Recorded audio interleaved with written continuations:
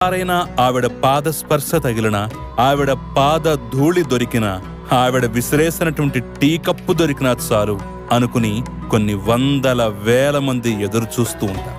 ఎవరి టోపీ అమ్మ, ఏమిటావిడ మహిమ అంటే మాత్రం ఎవరికీ ఇదిమిత్తంగా ఇది అనేటటువంటి సమాచారం తెలియదు.